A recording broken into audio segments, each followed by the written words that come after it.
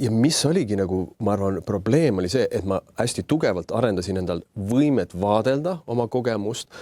aga mul ei olnud seda väga olulist komponenti, mis tegelikkuses mulle õpetati, aga see läks algul kõrvust mööda, et ka see, mida sa vaatled, seda vaadelda tuleb teatud suhtumisega. Ja siis nagu, kui sul suhtumist on viimased paar aastat, ma olen arendanud seda nii-öelda endast teadlikult suhtumist, et mu suhtumine oleks kas lubav, aktsepteeriv, heasoovlik, võib-olla isegi mõnikord armastav.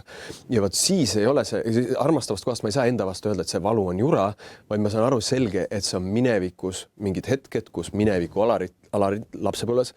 oli väga valus ja siis ta ei ole jura, vaid ta on nagu väike laps, kes kannatab minu sees. Ja siit vastus sinule, et kas selles üle ei saa panna, ma ei tea lihtsalt teisi meetodeid, et noh, et ilmselt kui kellelgi ka keha mingil muul põhjusel valutab, siis noh, me ei saa nagu päris raske on öelda, kas ma saan ennast üle tervendada, et noh, kui ma mingit massaaži teen või panen mingit salvi peale, et noh, me tahame terveks saada nagu. Saab üle panna niimoodi, nagu kui ma alustasin seda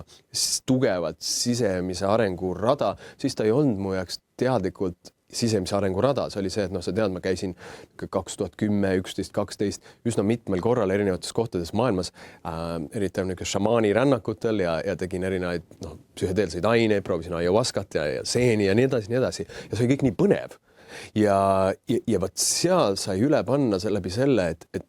tegivad muutunud teadvuse seisundid ja nende muutunud teadvuse seisundeid, nendest võib jääda nagu sõltuvusse, sest need on nii erakordsed võrreldes tavareaalsusega, pluss nendest seisunditest siis saab kogeda totaalset meelerahu, kus ei ole mitte lihtsalt hea olla, vaid on natuke üliinimlik tunne. Ja siis sealt tundub, et ma pean nagu kaevama ja kaevama. Ja siis vahel me kaevame liiga palju ja siis saab üle panna, sest me ei jõua ära integreerida.